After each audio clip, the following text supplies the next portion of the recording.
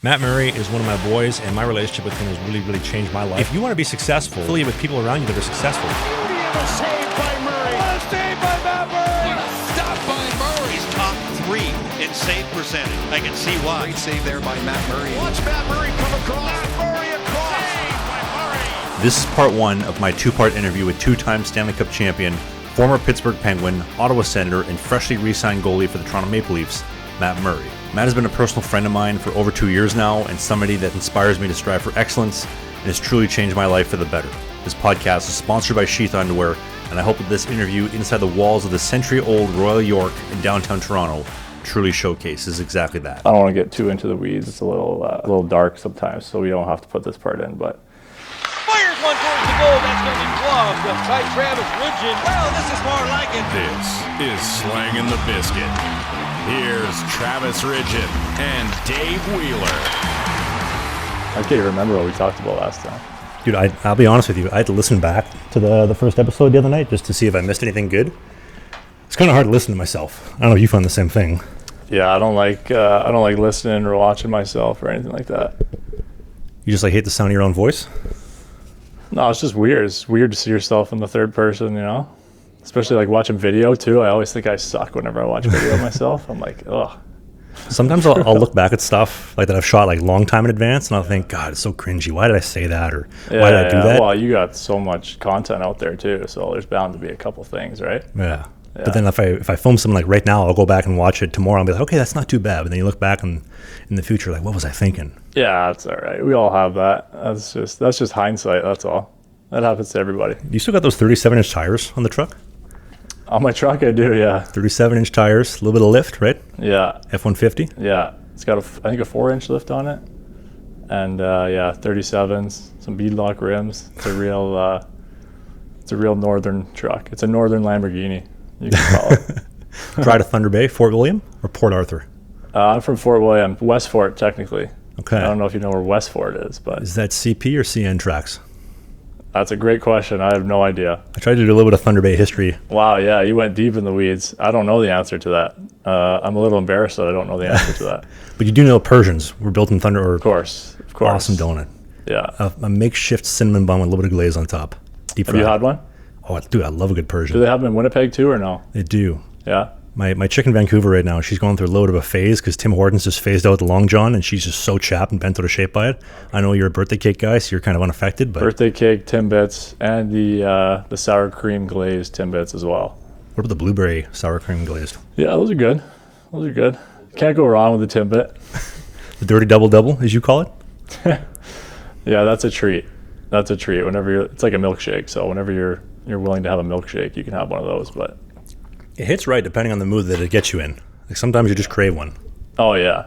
The double? Oh, yeah. Yeah, there's something different about it. That's not even coffee, though. That's like a coffee-flavored milkshake. Well, we were talking about it the other day on the walk back home from the Blue Jays game, but it's not the greatest coffee in the world, but there's an essence, there's an energy, there's a smell, there's a nostalgia behind it, where you're not even enjoying drinking the coffee, you just like going there. Yeah, it's one of those things. I'm sure everybody, especially from northern small towns like me, after hockey, before hockey, with your parents. I used to go for lunch with my dad at Tim Hortons all the time, so there's obviously a lot of nostalgia that comes with Tim Hortons, and the brand is still alive and well for that reason, so they do a nice job there. You saying your dad would take you after games to Tim Hortons? Yeah, we used to go to Tim Hortons quite a bit. That was one of my dad's favorite spots, so yeah, we used to go there, grab lunch. Sometimes I would go for lunch when I was in school too, in high school. We got a decent lunch break, and it was a bit of a hike actually from our high school to Tim Hortons. So some of my buddies would go sometimes, or sometimes I would meet my dad for lunch. So yeah, you're right about the nostalgia thing that Tim Hortons definitely carries, especially up north. What'd your dad get? Oh man, that's a good question. I think he was a honey cruller guy, maybe. Honey cruller and a coffee. And I used to like that peach juice they have there when I was a kid. You know what I'm talking about? The bottle of peach juice. I remember those. That stuff's unbelievable. When did they discontinue those? About 10, 15 years ago? I didn't even know they did. They're gone, dude. Oh, man. I didn't know that. So I was a bit of a chubby child growing up, I'll be honest. My dad worked for Canadian Pacific at the railway, and he'd bring me to work all the time because my dad... Also, that's how you know about the railways. A little bit of a history nerd as well, but he would bring me to work so many times. He'd always go to Tim Hortons every single day. My dad was also like excessively overweight. I can't figure out why. I love him, by the way. Yeah. But we'd always go to Tim Hortons, and the peach juice and the strawberry jelly filled vanilla dip donuts were what we're getting every single time. And both of those are gonzo. No way. Way of the dinosaur. Yeah, I guess that happens, right? Times are changing, man. They're phasing out the Long John. The Long John was never a go-to of mine, so I can't really sympathize with that one. But What would you get as a kid, though? what would I get at Tim Hortons? Like outside of the peach drink? Oh man, probably everything. Yeah, probably a little bit of everything. Double chocolate donut and a peach juice, I think, was probably my most common order there at Tim Hortons until I was like 12. Breakfast of champions right there. Diabetes in a bag. Yeah, no kidding. None of that anymore, that's for sure. I know, you're pretty strict on that. Yeah, sometimes, yeah. If you're on the video version of the show, we got coffee right here at the Royal York, by the way, and Matt's just taking it black. He doesn't want none of the rooftop honey or cream or any of that. Yeah, sometimes I do go cream and honey, though, when I'm looking for a little treat, but even that's probably better than whatever they put in a double-double at Tim Hortons, so. Dishwater coffee. Yeah. It's nostalgic, though. Well, man, I don't think I said it to you the other day in person when we went to the Jays game, but congrats on signing the new deal. Well, thank you, man. Maybe in Toronto for another year. Yep. Is interesting. So we'd planned this trip probably like a month and a bit ago. You would text me like, "Hey man, I think we should do a show together." I was like, "Absolutely, I'd love to do that." And first off, I'm honored that you're willing to trust me to tell your story and to share this in video format. Because to my knowledge, unless I'm missing something, you've done 2 digital like Zoom podcasts, but you've never done an in-person one. This is the first time, so I'm very honored. You might be right about that. Yeah. Not a lot of requests. I don't know. If I do, I'm not seeing them. You're a hard guy to get a hold of, as we talked about last time. Yeah, I'm also, I'm not dying for everyone to know everything about me, so I don't. You don't say. I don't do a lot of talking about myself, I guess you could say. Well, like I said, I'm really honored and I'm privileged that you're willing to trust me to do this. So I'm really looking forward to this. But yeah, man, we planned the trip. Come in the other day, and you text me. You're like, "Hey, let's go to a Blue Jays game." I'd never been to a Blue Jays game. It's going to be sweet. It's on Canada Day. It's the Jays, Rogers Center, beautiful day, plus 30, high UV, by the way. I was planning to buy a hat before I came here because we were going to go golfing. I was like, I don't want to burn in the sun. I ended up canceling that, thinking, it's fine. Like, we're not going golfing. I don't need it. When we go to the Jays game, and we needed it. We burnt like tomatoes, but... Yeah, I burn quick, too. I burn real quick. I had to go buy sunscreen in the back. I had to go sneak back there and buy a little spray bottle of sunscreen. Saved me, and we left early too, but wasn't the most exciting game that I've been to. We got the tickets in the lounge section, and for those that don't know, everything's included in that, like drinks, food, etc. The lady comes by, very nice lady by the way, and she says, "Can I get you gentlemen anything?" And Matt says, "You got any sunscreen?" I think we got some in the back, and he just lathers it on. Oh yeah, I burn quick, man. Whatever jeans I got in me, I can't spend too much time. One round of golf in the sun, like a super sunny day, one round, and I'm beat red. So. We were leaking, dude. Yeah, oh yeah. It was a good game, though. I know you weren't maybe the most excited, but I'd never been to a game before. I thought the atmosphere was great. They honored the military, which was really cool. Yeah, the ceremony was great. Yeah, we got to see a home run there by the Astros, unfortunately. But, it was still a good time. Oh, they had streakers, but an inning after we left. I don't know if you saw that or not. No, I did not see that. 2 guys hop on the field, security. No way. Oh, yeah. No way. We were literally talking about, this game's boring, nothing's happening. We missed that. Yeah, I always wondered what goes through those people's minds before they do something like that. I'm going to do this. Yeah, that must be some kind of feeling. Maybe all the 7 Truly vodka sodas that they had beforehand. Yeah. Kind of influencing you to do that type of stuff. Yeah, there's a lot of that going around, yeah. Where are you at these days, though? So you just signed the deal. You celebrated by taking me to the Jays game. Thank you very much, by the way. Like, where are you at, though? Yeah, you got to get a little more specific than that. What do you mean? Well, okay, so you just signed the new 1-year deal with the Leafs. You got huge shoulders, dude. What are you weighing in at these days, by the way?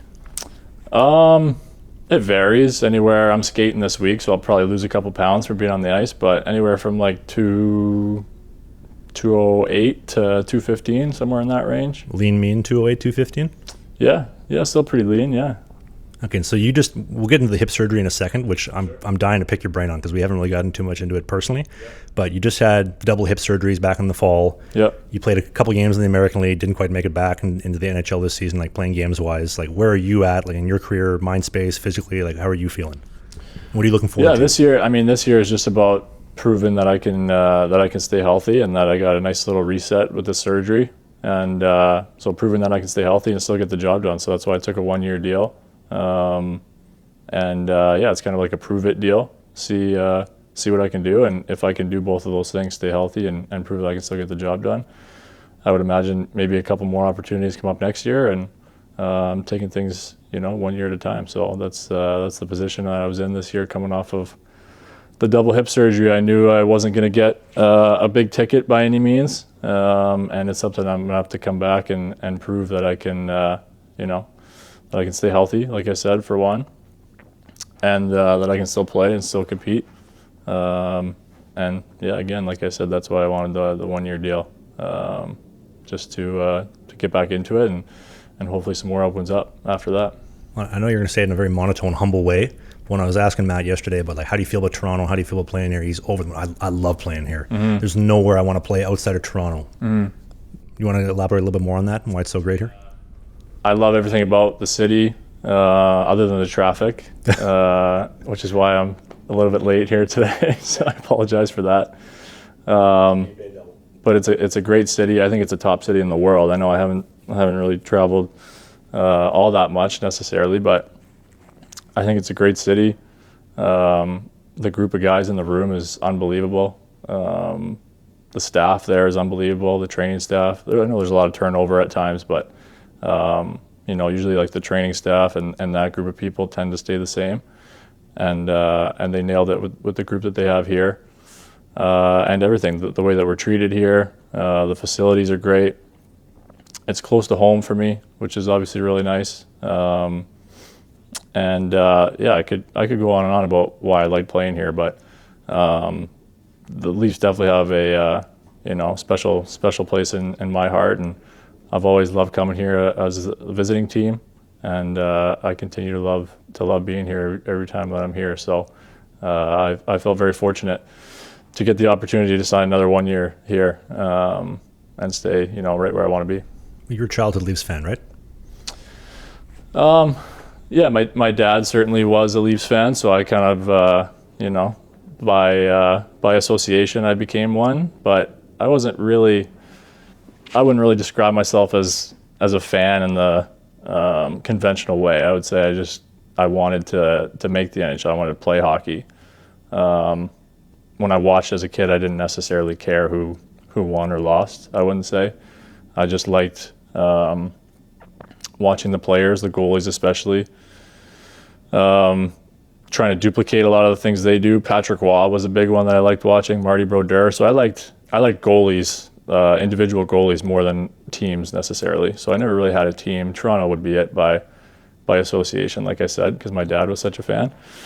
And my first game that I ever went to was a Leafs game.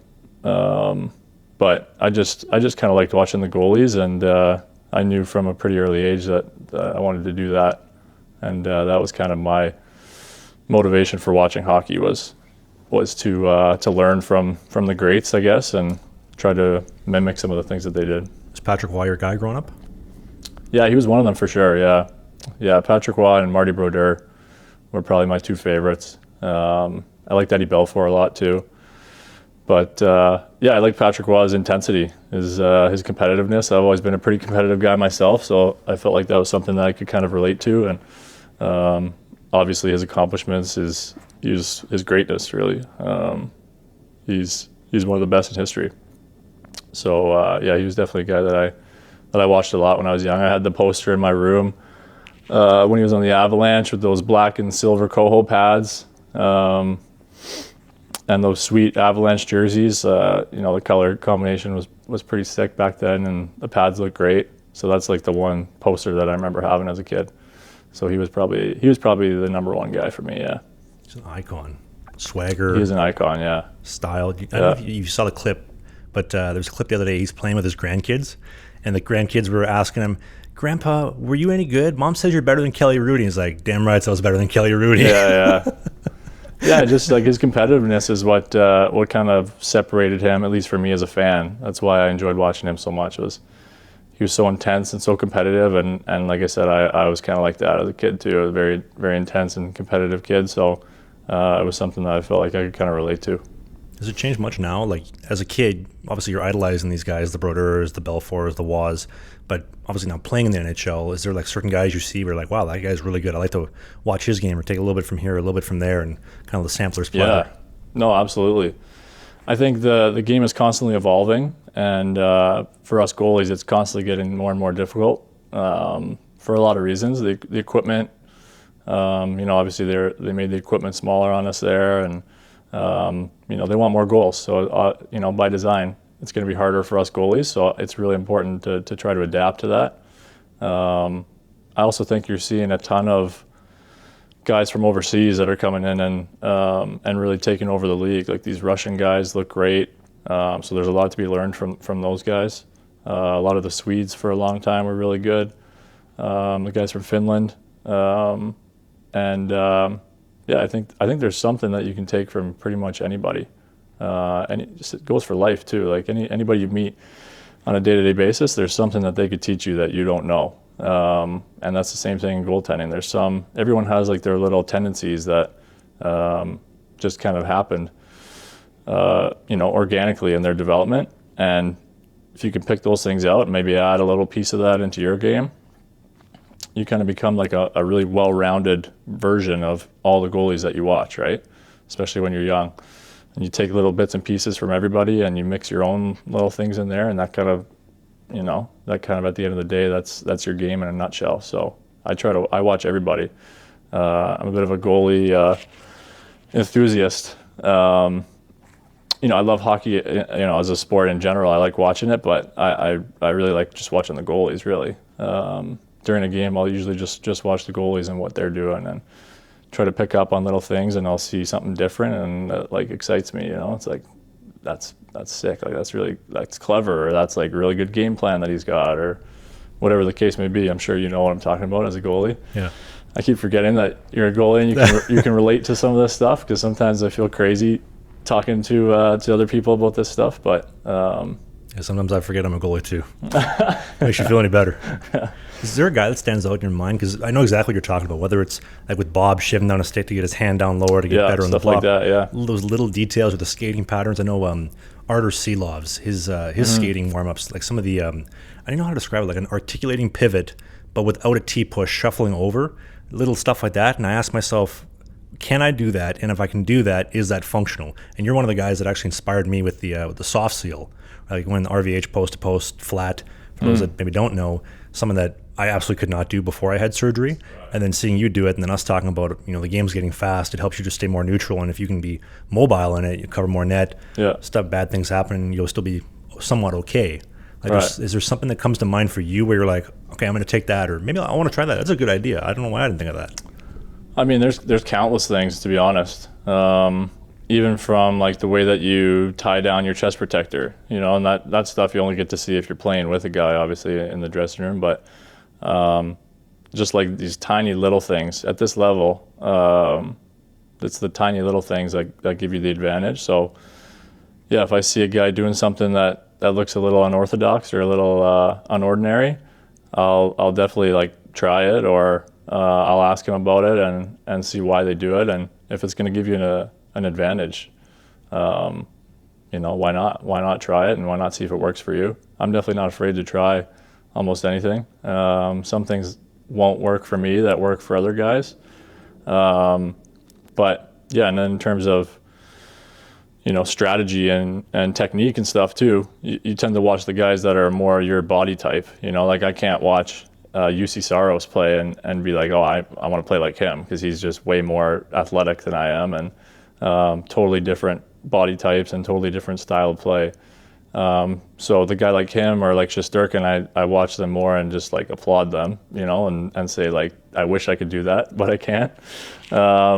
And then if I'm going to take something from my game, a lot of times it comes from a guy who's more, more similar to my body type. And like you said, stuff that I can actually implement, stuff that I can actually do, because there's guys that are far more athletic than I am and do things that I definitely could not get away with. So you gotta take that into account as well. Is there a specific guy that comes to mind?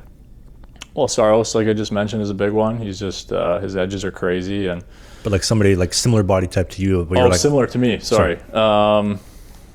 Yeah, Vasi is a big one. He's a big guy too, like me, long limbs, and obviously one of the best goalies in the league. Hellebuck is one, big guy as well.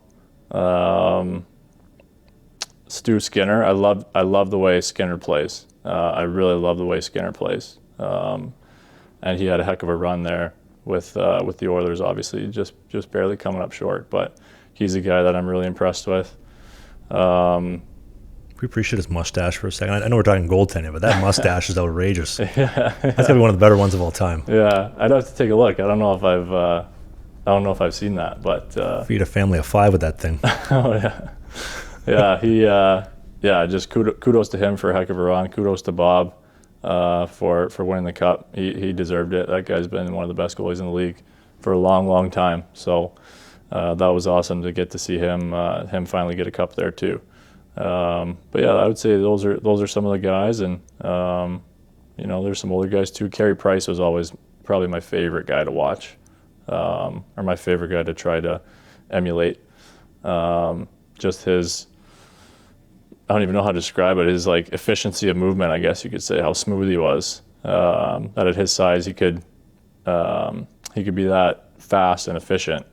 But it wasn't through like quick movements; it was through like smooth movements, and that was something that I really enjoyed watching, and that I tried to copy as much as I could. Is there something specifically Carey Price though that comes to mind? Like I see him growing up, he's just amazing at everything. He's one of those like totally well-rounded guys. Is there something specific that comes to mind for you? Well, more than surface level. I think his movement is definitely his strength, I would say.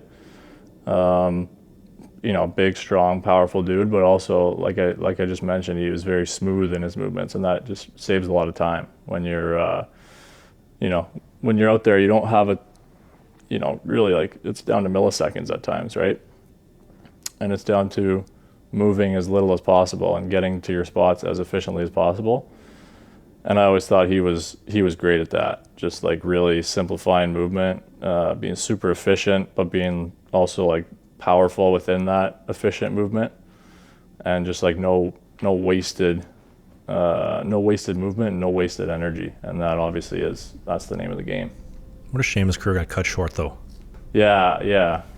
With the knee issues, and goaltending is an unnatural movement. That type of external rotation or internal rotation, I guess you call it, to do the butterfly and the aviation stuff. It's definitely unnatural, and definitely can wreak havoc on the body for sure. Well, you want to get into that? Talk a little bit of hip surgery for a second? Yeah, we can for sure, yeah. So I'm curious. You get the double done. I got single, and then I got single, which so I haven't talked about this publicly, but I got my second hip done about a month and a half ago at the time of recording the podcast. And I got to give you credit as well, because my surgeon, he was having a baby into the fall-ish. So I wanted to get it done after I got released from my team in Mississippi. Couldn't, because he's gone. And then he texts me like middle of April, hey man, I got a couple hours operating time. Do you want this? And then like a sign of God, whether you believe it or not, you texted me 5 minutes later, dude, my ankle issues are solved. It's like a miracle. I'm like, this has got to be a sign, because I'm having the same issues. My ankle's hurting as I was reading your text in my mind. So thank you for putting me over the edge to get the other one done. But about you though, so you get both the hips done. Can you kind of take me through the process of like what led you up to that? I had dealt with hip pain going back as far as like Wilkes-Barre when I was there. So when I was like 20, 21, and it was manageable. It was manageable for a long time. It just got to a point where I was starting to mess up everything else. I was starting to get low back issues and starting to pull my groin a lot. Starting to get a lot of ankle stuff, and it just became a point where you try to get to the root of the problem, which in goaltending, I think for the most part tends to be the hips. That's kind of what steers the ship, I would say. That's probably the most in demand part of the body, playing goal. So I just figured it was time to get those fixed up and try to get a nice little reset. And I had a great experience with Dr. Kelly in New York. He seems to be one of the top. He's for sure one of the top guys in the world for doing this surgery. And yeah, I've getting both of them done at the same time was definitely a lot early on for sure. But it definitely cut down my recovery time. I didn't think most people didn't think I'd play any games at all last year, and I was able to play a little bit at the end of the season on a conditioning stint. So that was a big goal of mine, and we definitely had to push it, but definitely felt nice to get that done and to play a couple of games at the end of the year. And Doc Kelly's whole team and the team in Toronto, I had a great rehab experience, and now my hips haven't felt this good in a long time. So that was the goal, and that was the hope of getting the surgery done. And yes, like I said, it's starting to pay off now. I had it done in end of September, so I don't know where that takes us, 8-9 months, something like that, to this point. And it's starting to feel really, really good. So it has felt good for a while, but it's starting to feel really, really good. So yeah, I'm excited. I'm excited about how it's going to help me here going into the future. Now, a quick word from today's video sponsor, Sheath Underwear. Sheath Underwear is the only option when it comes to staying comfortable for me. Their bamboo mesh will help your body breathe, stay cool, and aerated. Their dual pouch technology is game-changing for any man out there that know all about what it means to have something stick to the side of your leg or getting sweaty and nasty down there, but Sheath fixes all that. American-made and founded by a member of the U.S. military, Sheath is the only underwear I use and have worn for every episode in this series to date. I do a lot of traveling, by the way. And when you go to the link in the video description and use the promo code, you get 20% off the best underwear money can and ever will buy. And thank you so much to Sheath for sponsoring this video. Walk me through your experience, because I know what my experience was like. Mm-hmm. So you fly Toronto to New York. Christina comes with you. Yeah. Getting it done by Dr. Kelly. And then you go to the OR, the hospital, wherever it is. Take me through that from there. Yeah, I just showed up to the hospital. I was one of the later times going in, so I couldn't eat all morning. That was like the worst part about it. You drink water too? What's that? Any water or coffee? I think they said I could have a little bit of water, but other than that, nothing. So that was the hardest part, because I'm not one of these guys that can like not eat breakfast. I get super like grumpy if I don't eat. And I didn't go into the hospital until like 1 o'clock, I think it was. So Christina and I just kind of went for a little walk and had a nice little morning at the hotel. Went to the hospital, got all checked in, got in my outfit, whatever you call that. They had to come in, they had to shave my legs, which was also kind of devastating. Why is that? I don't know, it just looked hilarious. And they only shaved like the top part, so like the bottom part was still super hairy, so it just looked hilarious. You ever seen the 40-Year-Old Virgin, Steve Carell? I've seen it a long time ago. When they wax them? Yeah. Kind of the same thing. Yeah, so yeah, they come in and shave your legs, which is an interesting experience. And then they start drawing. Doc Kelly comes in and draws on you wherever he's gonna, do the incisions or whatever, and then you walk into the room, into the operating room, and the last thing I remember is they're, putting your, you put your legs up onto this like machine or whatever, and that's the last thing I remember. They must have, they slipped your meds into the IV bag, I think, when you get in there, because there's no mask or nothing. I just passed out. So, and then you wake up, whatever. I think for me, because they did both at the same time, so it was, I guess what they told me is that they have to do one side and then fully clean their whole room and all the equipment and sanitize everything before they do the other side. So I think I was out for like 7 or 8 hours in total, I believe is what they said. And I woke up and you're just in the operating room, and a real funny thing that happened was so they give you an epidural too. So they give you a big needle in your low back that, numbs you from the waist down. And so Christina makes a joke that I had an epidural before she ever did. She had 2 natural births. So she likes to make fun of me for that, which is kind of funny. But so, they come in afterwards and they go, wiggle your toes for me. And I couldn't. And I was like, whoa, what's going on here? And they were like, yeah, it's okay. It's just, the epidural hasn't worn off yet. And after that, it was, the first stretch was certainly the hardest. Having both done at the same time, it was, tough to walk. I was able to walk out of there the next day with 2 crutches and very slowly with a lot of help.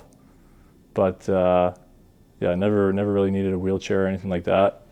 And then just a lot of rest that first 12 or so days is a lot of rest. Crutches for, I want to say 4 or 5 weeks I was on crutches, and then slow increments after that.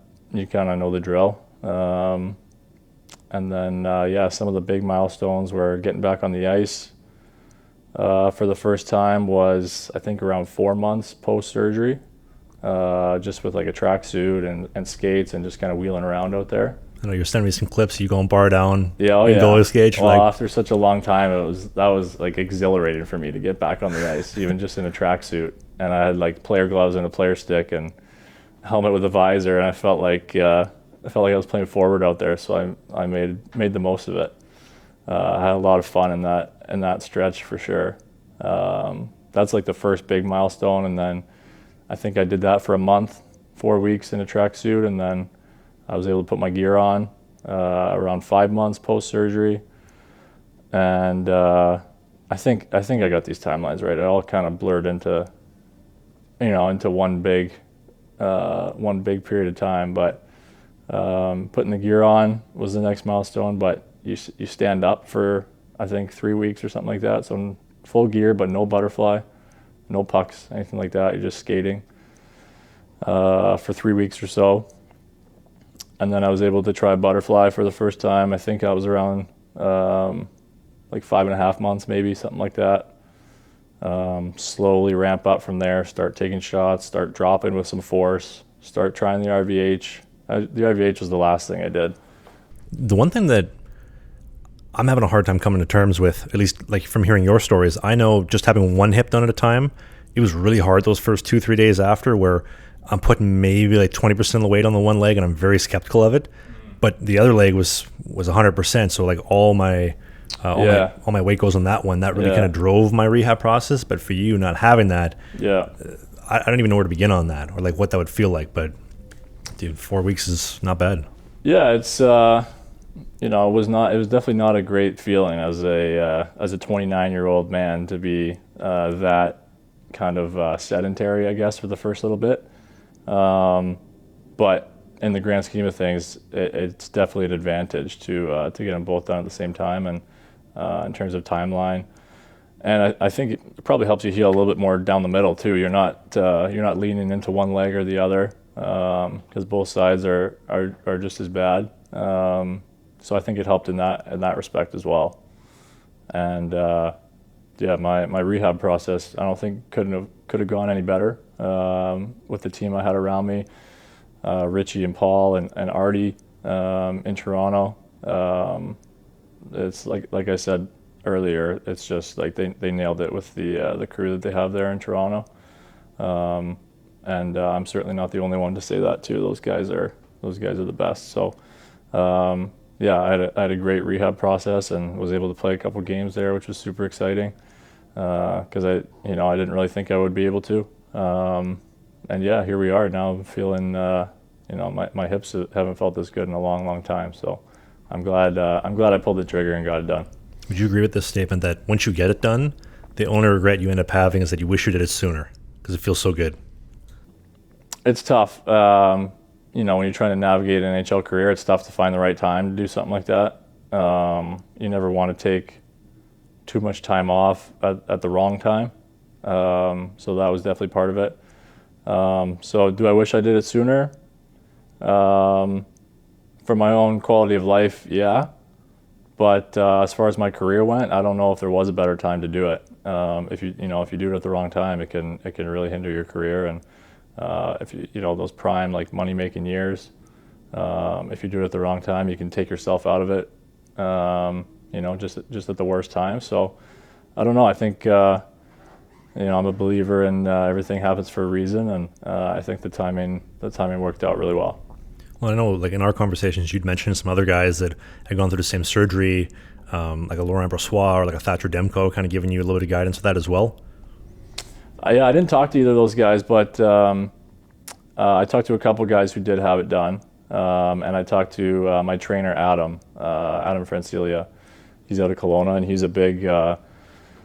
He's kind of the goalie guru of training, and he has a lot of clients, and he knows both of those guys well. And so he was kind of involved in a lot of rehabs for this surgery, and he was a huge resource to have for me.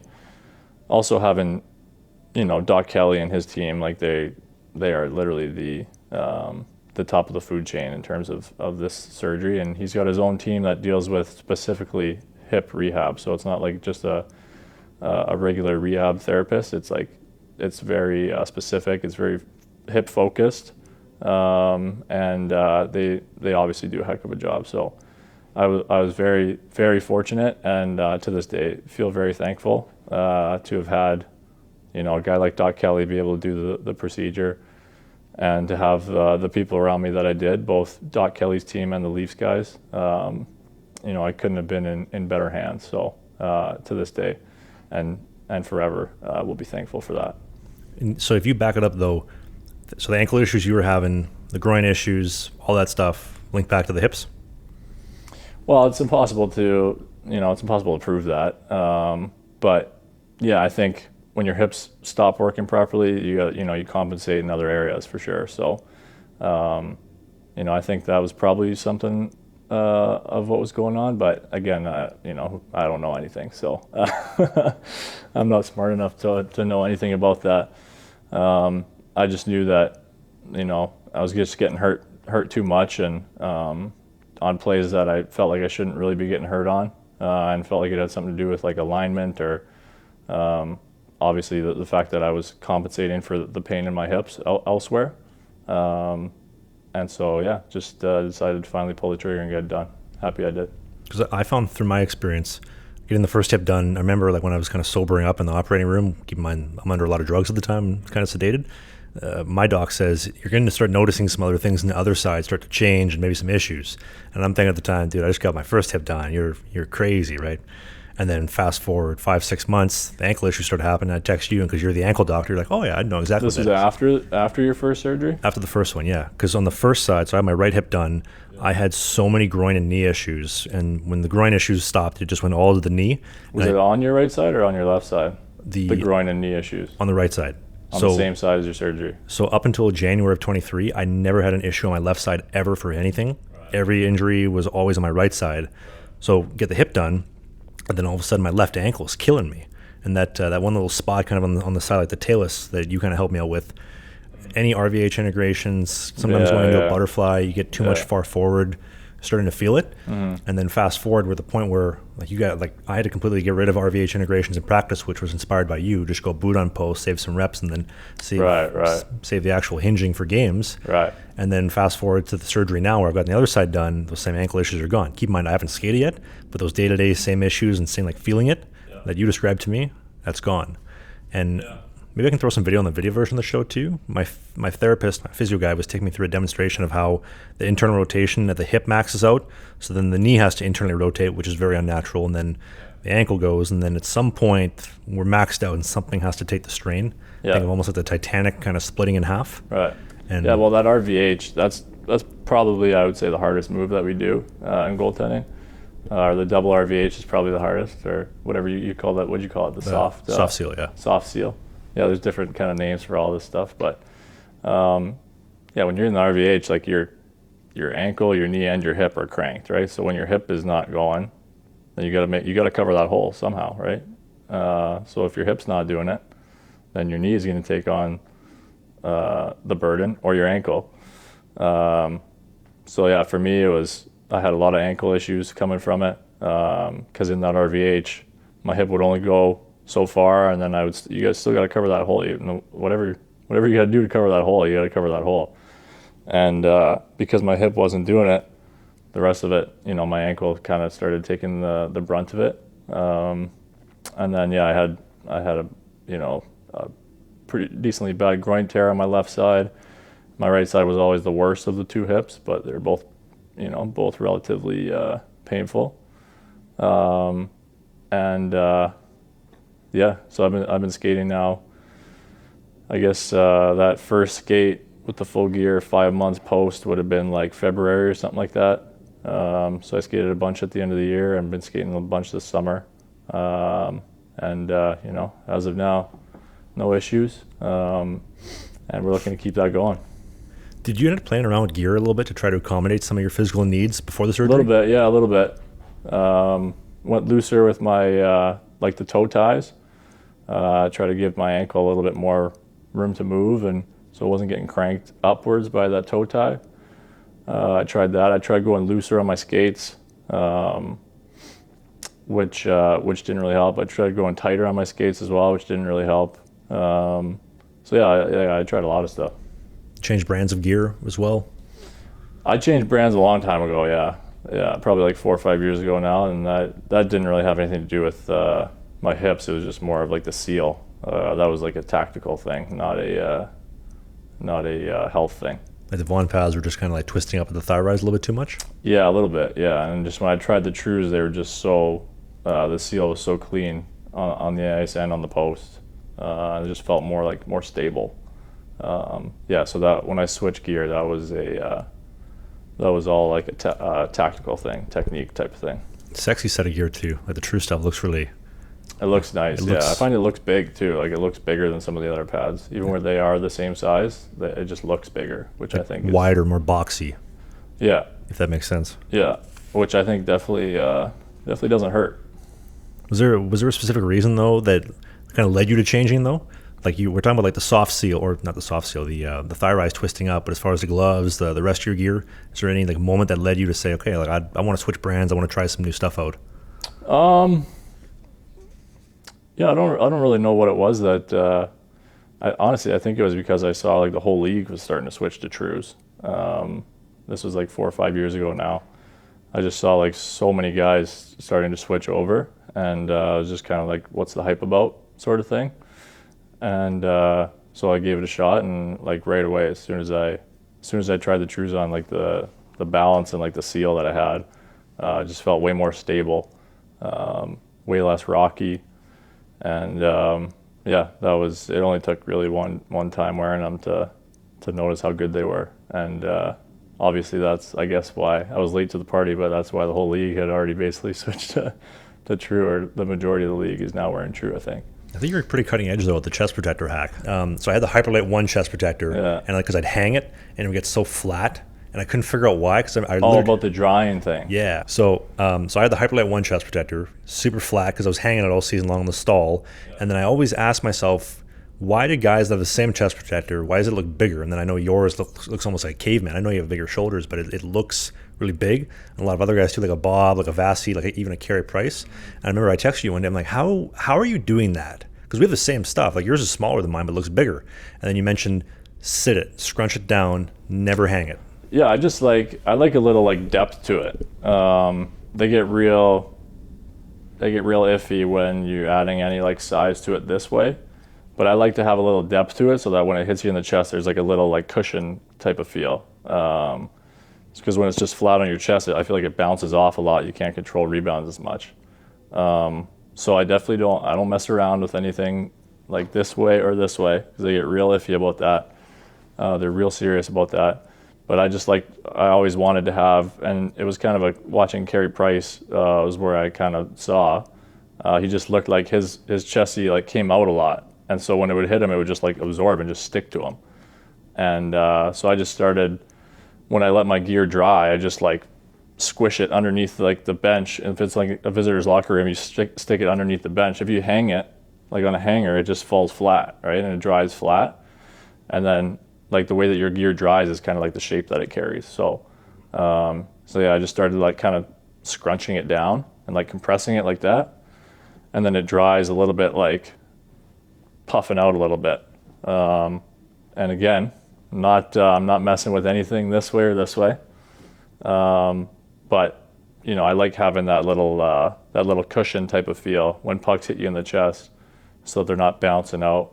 They're sticking to you a little bit more. And that was something I picked up.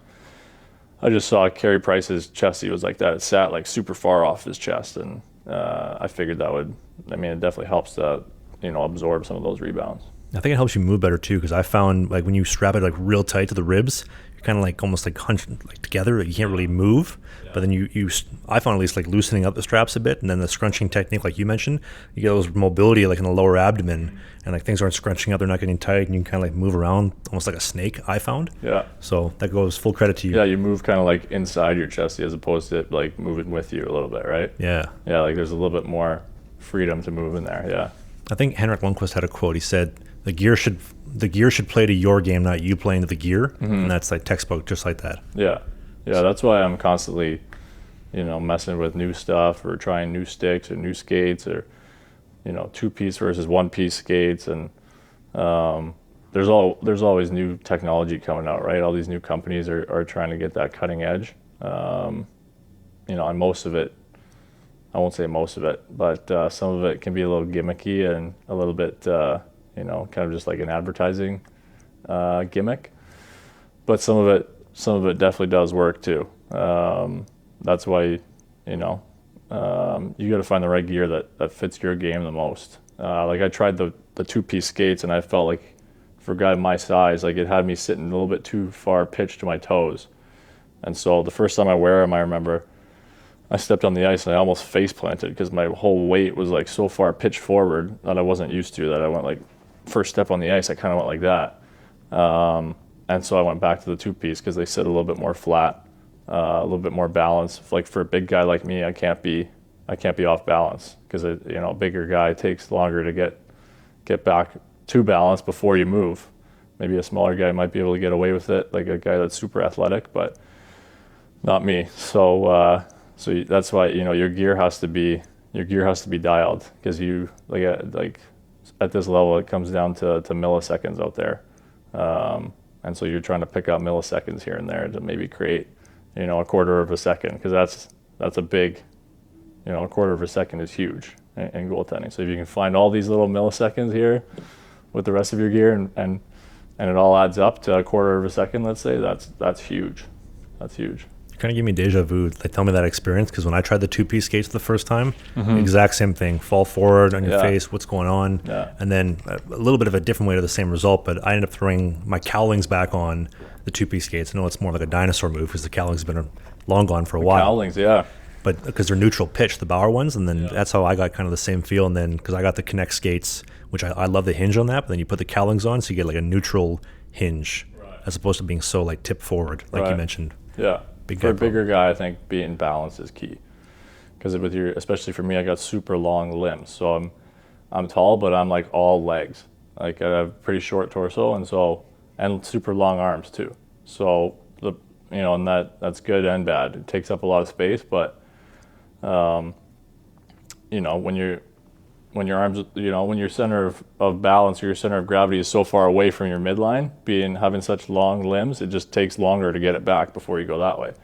So balance for a big guy, balance is like probably one of the biggest factors in making sure that you can get to where you want to go in a timely manner. Well, it's something we don't naturally have either. It's hard to get because we're so big. Right. As opposed to like a UC Saros or a Halak or I think Sturkin's 6 feet, right? Smaller guy. I don't know. Yeah, I'm not sure. But however tall he is, he's a freak athlete, and unbelievable puck handler too. I love watching Shesterkin like make breakout passes over 3 guys' heads. He's fun to watch for sure. You have a favorite setup? Like a favorite personal setup? Oh, that's a good question. Crispiest, best style you've had?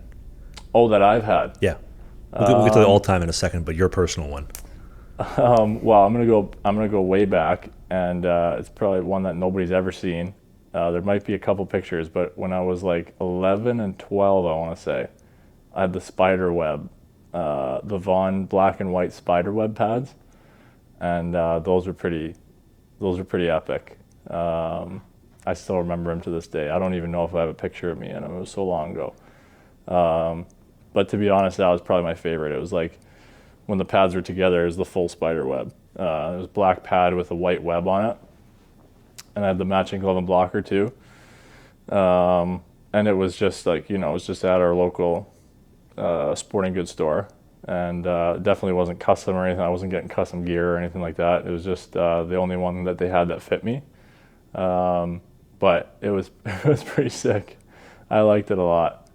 In my pro career, I've kind of gone pretty basic. I had some cool ones in the Sioux, where I went with a lot of color. And Team North America, when I played Team North America, I went all black with some silver and some orange. So yeah, some of the outdoor games too, like some of the one-off games, I'll maybe go a little bit more bold with it. I went my favorite whole kit, I guess you could say, was the outdoor game that we had when I was in Pittsburgh. We played at Heinz Field. We had the almost all yellow jerseys with black on the arms, and I went full black pads and a black helmet with a yellow stripe, and I wore the eye black like the football guys do. And that was probably my favorite whole kit, jersey included, because I really liked that jersey that we wore. You have an all-time favorite setup, not your own? Probably that one poster that I had at Patrick Waugh with the purple and the silver and the black cohos and those old Avalanche jerseys. That would probably be. You're talking the purple at the Colorado jersey, the third one? Just the purple. I don't know. I think it was their home jersey at the time. I don't know if home was white or dark at that time, but it was just purple and blue, the old Avalanche logo. They had some silver on it, and it was just the pads that I loved. Those Coho pads back in the day. I used to like the old Heaton pads too, Brodeur and Belfour both wore them. Those looked pretty nice. But my favorite was probably, and it's all nostalgia because I had the poster in my room, but that Patrick Waugh Coho set's probably my favorite all time. I think you might hate my all-time favorite. Trevor Kidd checkerboard. Yeah, those are sweet too. Those are dirty. Those are pretty cool too. The Leafs ones were nice. I really like the Carolina ones. Yeah. The black patch and the red patch. Yeah. Those were, and then the long hair coming out the back. Yeah. The dragon mask. Yeah, that guy had good style for sure. Manitoba legend. Oh yeah, is he from Winnipeg? He's Dugald. Eddie Belfour's from Carmen. Trevor Kidd's from Dugald. Okay. Manitoba boy. Rock the checkerboard. And then the flame pads in Calgary that I think Eddie Lack paid tribute to at one point in time. But I remember those too. Yeah. Style legend. Yeah. Those are some really, really. I like when guys get creative with it. I don't know. I like to stay pretty. I like the way white pads look too. I'm one of those boring guys that likes. I like the way an all white pad looks, especially when they're new. Mm-hmm. And I just think they look huge and they look crisp and clean. And I don't know. When I think of goalie pads, I just think of all white for some reason. I really like that look, but yeah. And nowadays, in my pro career, I'm usually just mostly white with a little bit of whatever team colors that I'm playing for. But I like how some guys get a little bold with it. I just couldn't pull it off. And then it comes to mind that you really like right now that's kind of out there? Right now? Bold setups that you like. I don't know. I'm trying to think who has cool ones. I like it when guys do the home and away setups, the all white at home and the all whatever color on the road, whether it's all black or somebody had all blue, I think, with the Leafs a few years ago. Was it Mrazek maybe? I can't remember who it was, but that all blue with the Leafs, whoever that was, that looked pretty sweet because that blue is tough to beat, and those jerseys there's no better jersey in sports if you ask me. I think the last dark blue Leaf setup would have been Felix Potvin. Yeah, you sure Mrazek didn't have blues when he was here? Before Mrazek. So before that. Actually, no, Eddie Belfour for a period had the blue base CCM Heatons and then went back to the white base. Yeah. And Curtis Joseph, Bauer Reactors. Yeah, the reactors were pretty sweet too. Reactor 4s. Yeah. Think you could ever rock a Leafs checkerboard? The checkerboard? Yeah. Too much for you?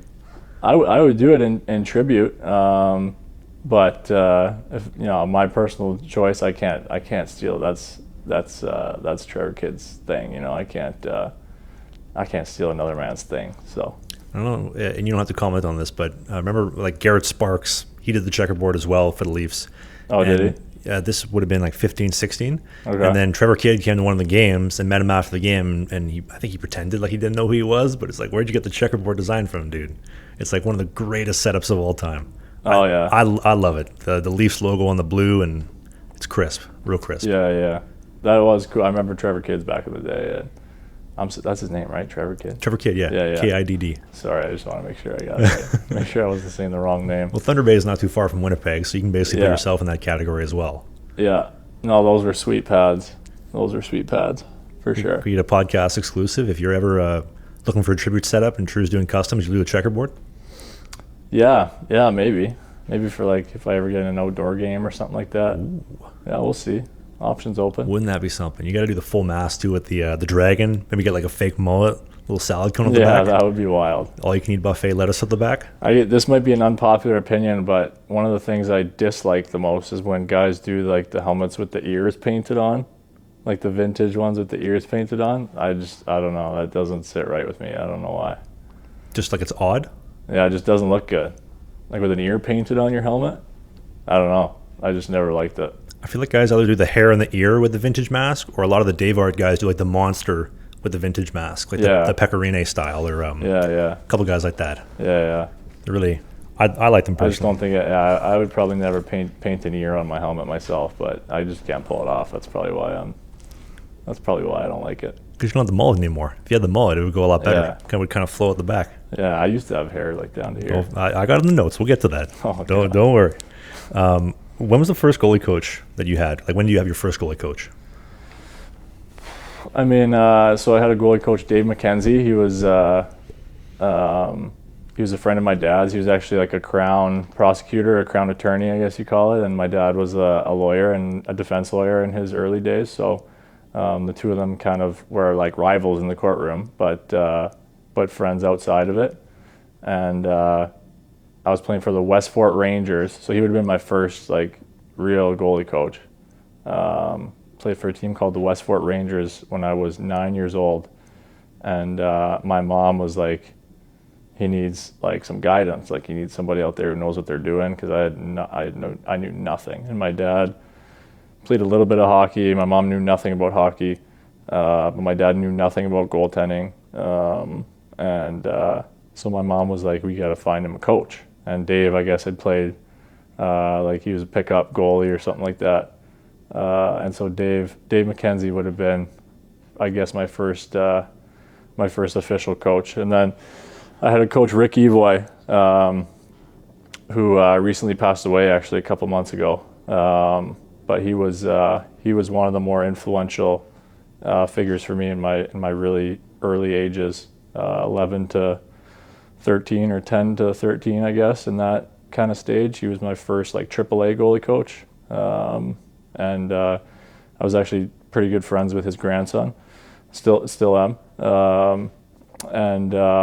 he was the first guy who, and no offense to Dave McKenzie at all, but Dave kind of was just like a step in to try to like support me and help me, but Rick was the first guy who really gave me like some foundational stuff in terms of goaltending and life in general as well. I remember he had these 10 rules that he printed out for me that I put in my stall every day, and I had to memorize the 10 rules.